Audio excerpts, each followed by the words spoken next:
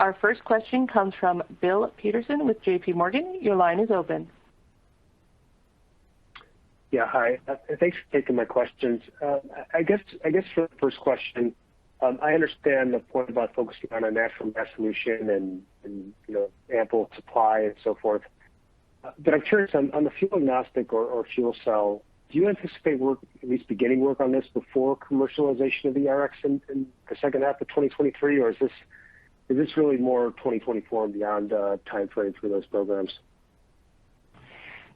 Thanks, Bill, and looking forward to seeing you out at ACT tomorrow. And to answer the question about going into hydrogen in the future, we've already actually begun development on those solutions, specifically around the fuel agnostic. That is one that we're already well underway with, and we see that being a large differentiator for us. Now, in terms of actually releasing both the fuel agnostic and the fuel cell solution to market, it will happen after the Hypertruck ERX, the natural gas ICE solution. So it will have a staged rollout, but it is something that we are already well under development with.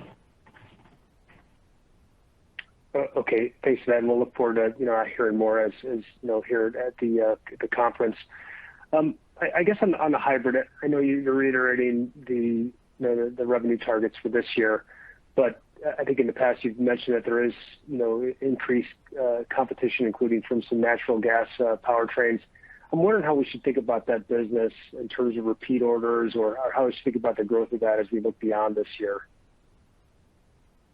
So we have seen continued interest growing in it, but as we mentioned in the past earnings call, we do see the release of the 15-liter Cummins engine as a competitive threat to the hybrid, not necessarily to the Hypertruck. And then the other thing that we've seen is just a overall market shift to wanting to move to full electric vehicles, whereas the hybrid is more of a step into electrification, but it doesn't give you quite the benefits of a full electric drive vehicle. Now, with that said, there are some pretty strong benefits that come from hybrid. It's an easy step into getting into electric and a relatively low-cost step into electric. And that's where we're seeing some fleets are willing to make the jump and say, yeah, I want to start this journey of electrification. Hybrid makes a lot of sense for me. I get some strong ESG benefits from it. I can get some fuel-saving benefit from it in the right terrains. And that's where we're seeing some of this early adoption. As you mentioned, we have seen some repeat orders.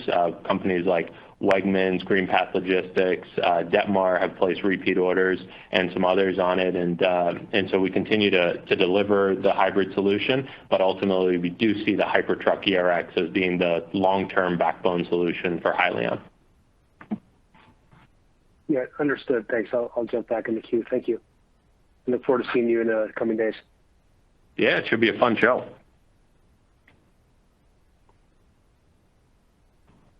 Our next question comes from Mark Delaney with Goldman Sachs. Your line is open.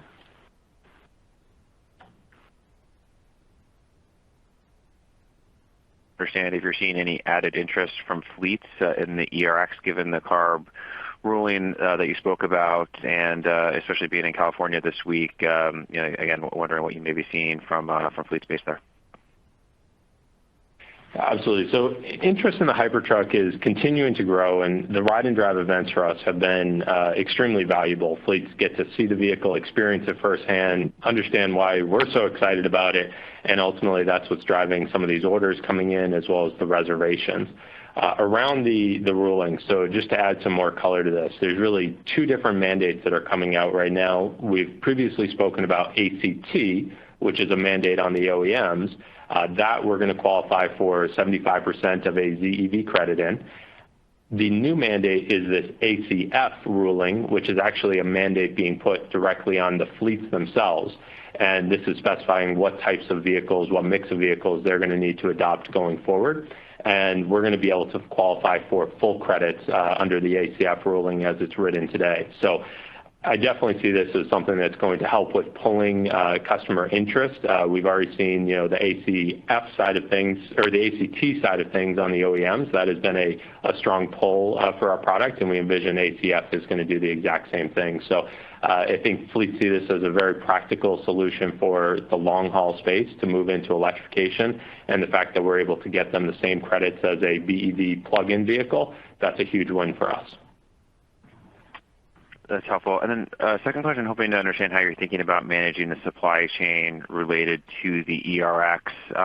So to what extent does Hyliion need to lock in parts supply for the ERX now, and perhaps reflecting what current costs are, which maybe are somewhat elevated, but would maybe give you some visibility and some supply assurances, or do you have the opportunity of maybe waiting and hoping that cost for the supply chain goes down?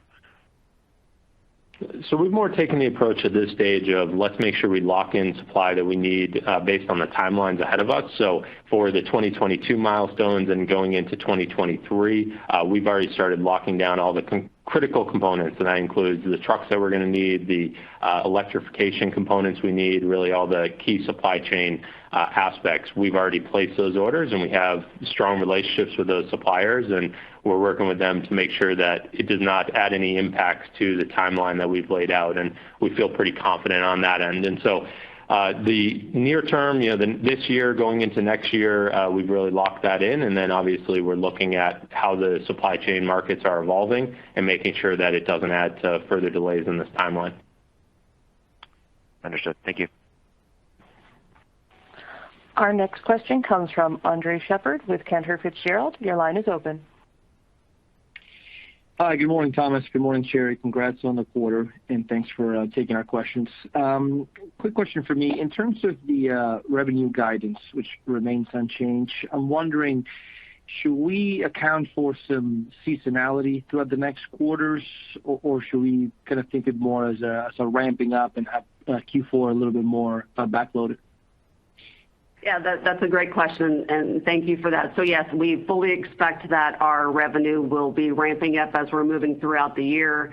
Just keep in mind in Q4 you do have some holidays and some shutdown time that you'll have that will affect that a little bit differently in Q4 versus Q3. But based off of the full year guidance, you should expect it to increase sequentially as we're moving throughout the year. Got it. Thanks, Sherry. And maybe one quick follow-up. Following up in terms of the supply shortages, which again are affecting every industry, not just you guys. Can you give us a little more granularity in terms of what that impact to delivery might look like? Like, is that based this year, next year, and which components specifically are the ones that are being mostly constrained? Thanks. We see the supply chain hurdles as kind of twofold. One is actually getting delivery of the vehicles for the OEM. And so as we look at the hybrid system, we've actually experienced some of the truck deliveries from the various OEMs in the industry getting pushed out to the right. And then ultimately that's causing us to have to push out our delivery of our hybrid system to the right because we obviously need a truck to be able to install it on. Then the other aspect of this is actually getting some of the components that go in our system. So very similar to most supply chain hurdles, you can have 90% of your bill of material figured out, or 95%, and it's that last 5% that is the long pole in the tent. And we're seeing various components, whether it be wiring harnesses down to connectors, electronic components that we've seen some push-outs of timing for, and ultimately we're working through that. We have had to push some of our hybrid deliveries from one quarter to the next, but through all this we're continuing to make deliveries of it, and we're working on it very closely to make sure that we have line of sight to supply in the quarters ahead. Got it. Thanks very much, Thomas. I'll pass it on. Again, if you would like to ask a question, press star one. Our next question comes from Brian Johnson with Barclays. Your line is open. Yeah, and I dialed in a little bit late. I apologize. But so if I missed this, I'll go back to the transcript. But it's not lost on us, and I assume your fleet customers, that diesel's gone from $3 to $5, $5 to $6 a gallon, probably even more in California. So what has that meant for interest in the hybrid or in the Hypertruck? And I guess question number one, natural gas prices have been volatile, but how is the TCO economics change between diesel and nat gas, either for the hybrid or actually for the hybrid? Change the economics for the hybrid. And then that gas, versus diesel fuel and the economics of the Hypertruck? Thanks, Brian. And really great question, because obviously as diesel fuel prices increase, the demand for alternative fuel vehicles, for fuel-saving technologies greatly increases. And we're seeing that, right? Fleets are looking at, let's take the Hypertruck first, for example. Natural gas prices, while the actual commodity price of natural gas has fluctuated, the actual pump prices have not fluctuated all that much. And the reason for this is the actual commodity of natural gas in like the dollar per gallon, the actual nat gas pricing is only about maybe 20 to 30% of that overall pricing. So while we do see some fluctuations in the actual commodity price, that's not seeing a big impact on the pump pricing, which is great for us, right? Because fleets are looking at this value proposition and saying, okay, I can pull into a diesel station and pay $5 or $6 a gallon, or I can go to a natural gas station and pay around $1 per gallon. And that just helps drive the TCO economics of the Hypertruck. So strong benefits there from having a higher diesel pricing, and then that same thing goes true for the hybrid solution as well. In the right terrains, we're able to apply fuel-saving assist to the truck, and with higher diesel prices, that means there's greater savings for the fleet. So similarly, we see that strong pull-through.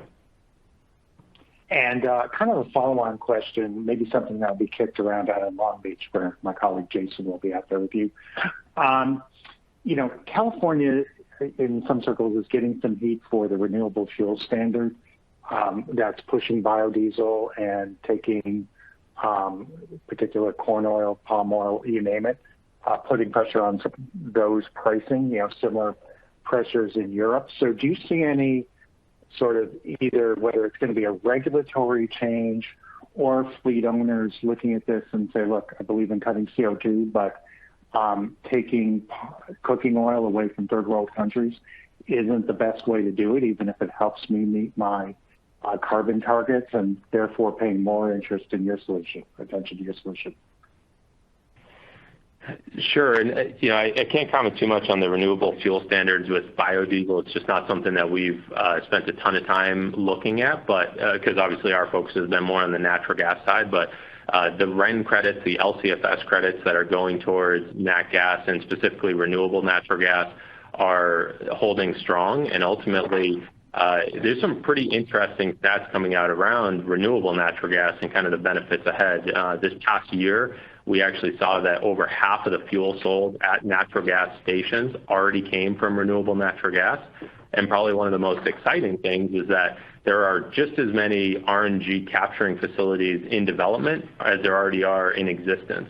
And so that, just conceptually, we're going to see probably around a doubling of renewable natural gas available in the not too distant future. And so I think fleets are well aware of this. And one of the things that we've heard time and time again as we've met with these fleets is they've all set, or many of them have set these, going to net zero emissions profiles. And ultimately, if we can deliver them a solution that actually is below zero, a net carbon negative solution, then that can offset some of the emissions from their other parts of their business. So that's resonated very well with fleets, and they see this as a cost-effective, viable way to actually move to an electric solution that has net negative capable emissions profile. Great. And yeah, just as a follow-up, I might note that if a company is worried about the S part of ESG, social impact, using not to make your sales pitch for you, but using renewable gas, which takes methane from the food production system out of the atmosphere, versus diverting foodstuffs into making biodiesel, would seem to be something they should think about on the S part of their ESG scores. Yeah, the best way I can explain it is it's like you're taking what would have been pollution that would have gone off into the atmosphere, and we're now going to use that pollution in order to charge our battery packs. And so that's what, as you're alluding to, it can drive that really positive emissions benefit. Okay, thank you. Our final question comes from the line of Avi Jaroslawicz with UBS. Your line is open. Hey, good morning, guys. Morning, Avi. Just wanted to hear you speak a little bit about the overall level of confidence in the timeline around the commercialization for the Hypertruck, like late 23 seems like it should be achievable given where you have trucks, but as we saw through this past winter, when winter testing wasn't able to be completed, so it had to be pushed out to the end of this year, even some relatively small delays can be magnified at this stage. So just wondering how you're thinking of all that.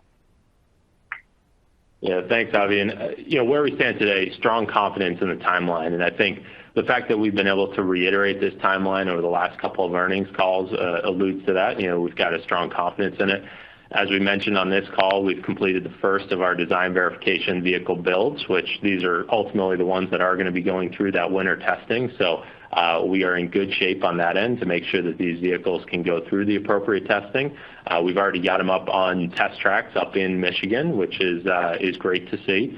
And so strong confidence that we'll be able to hit the timing of both the design verification and product validation. And then ultimately that leaves us with the hurdles of getting through NHTSA, CARB, and EPA certification, which we're already working on. And then that puts us on track to launching production in late 23. So right now, everything we can see, we are on track to be able to accomplish all that. Okay, great. And just follow up on what kind of trend are you seeing in the availability or the ability to get trucks for the Hypertruck? Like, how are lead times changing? There may be any chance for new partnerships or an update on the strategy there? Sure, and it's a great point because we actually expect that 23 is going to be another record year or close to record year for trucks, right? I mean, the demand is through the roof right now. Fleets are, when they're actually placing truck orders, they're having to wait over a year in order to get new trucks. So we do see this as something that's a big impact on the industry. Now, one of the things we've already done, as we mentioned earlier today, was we've placed all the trucks we need for 2022, and then similarly going into 23, we've been looking at the timelines and making sure that we place trucks on order to be able to accomplish that. But ultimately, as we've mentioned before, we're working with Peterbilt on the launch of these trucks, and they've been a great group to work with in order to ensure these truck delivery times. And we see that we're going to be able to line up just fine for those late 23 deliveries. So ultimately, you're hitting the nail on the head of truck delivery timing has been a hurdle for the industry. Fleets just can't get trucks right now. But we've been able to place these orders long enough in advance and working closely with Peterbilt on it in order to ensure the delivery timing. Great. Thanks, Colin. We have reached the end of the question and answer session. I'll turn the call back over to Thomas Seeley for closing remarks. Well, thank you all for joining our earnings call. As I mentioned leading into this call, this week is the ACT Expo out in Long Beach, California.